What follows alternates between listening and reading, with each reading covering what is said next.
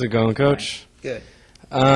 You touched on being a new coach here, and it's your first year. And how have you grasped Cal Poly, and how have you grasped have your players grasped you in your first year here, and how do you assess? Well, we're pretty, as a staff, I think we've got a plan, and we're going to stick with our plan. We have a recruiting plan, we have a game plan, we have a practice plan, we have a year plan. We would deviate a little bit, and you make adjustments based upon injuries and illnesses and other issues. So you always have to have the flexibility. But I think that with the players, I think it's probably a better question to ask Lorenzo Keeler when you get a chance, is I think that what players most want is consistency, to know where are you at. And I think that's kind of what we're trying to say. Here's our expectations. We're not going to deviate from our expectations a lot. You got to show up on time. You've got to work hard. You've got to try to be unselfish. You need to be coachable. And so we think the team's buying into that expectation. Here's the expectations, and keep on working towards that. So I think that there's kind of a coming together between players and coaches and staff, and that, hey, we can do this. We can do this together. We don't try to fight with our team. We try to pull for our team.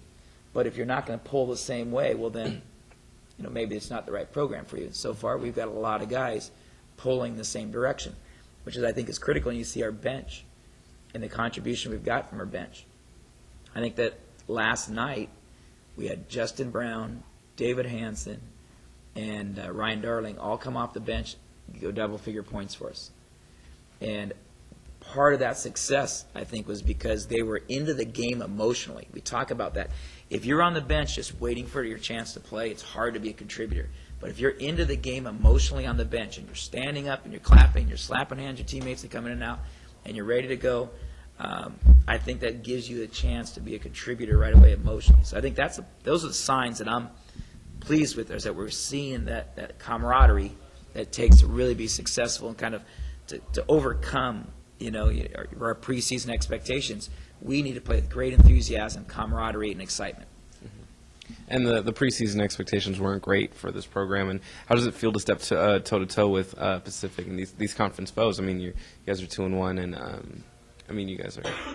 Well, again, we're pleased being 2-1, but there's a lot of basketball to be played, and we've had 2 games at home, and we were able to sneak a victory on out there at Irvine.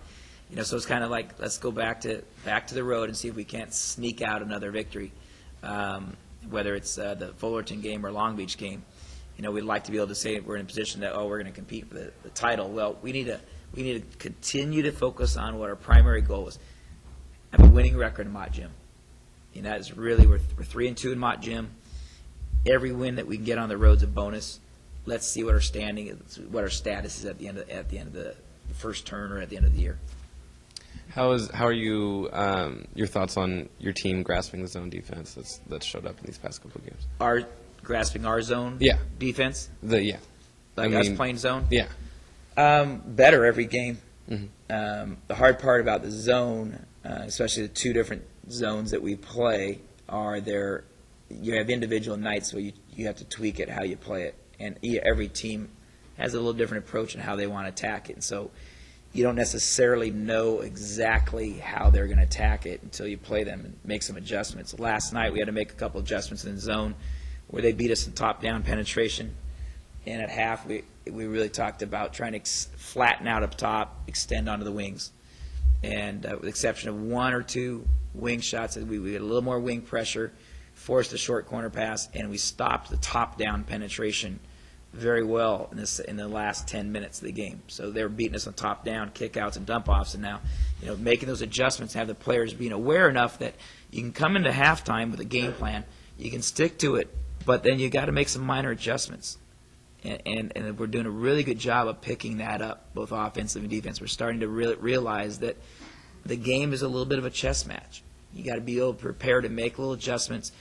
Even on a scouting report, we might have somebody we say, he's only a 25% three-point shooter, and he's 3 for 10 this year, but he makes 2 in a row. Well, we're saying, maybe he's 3 for 10, and he's only taken an average of 1 a game. Tonight he feels hot. Let's adjust to that.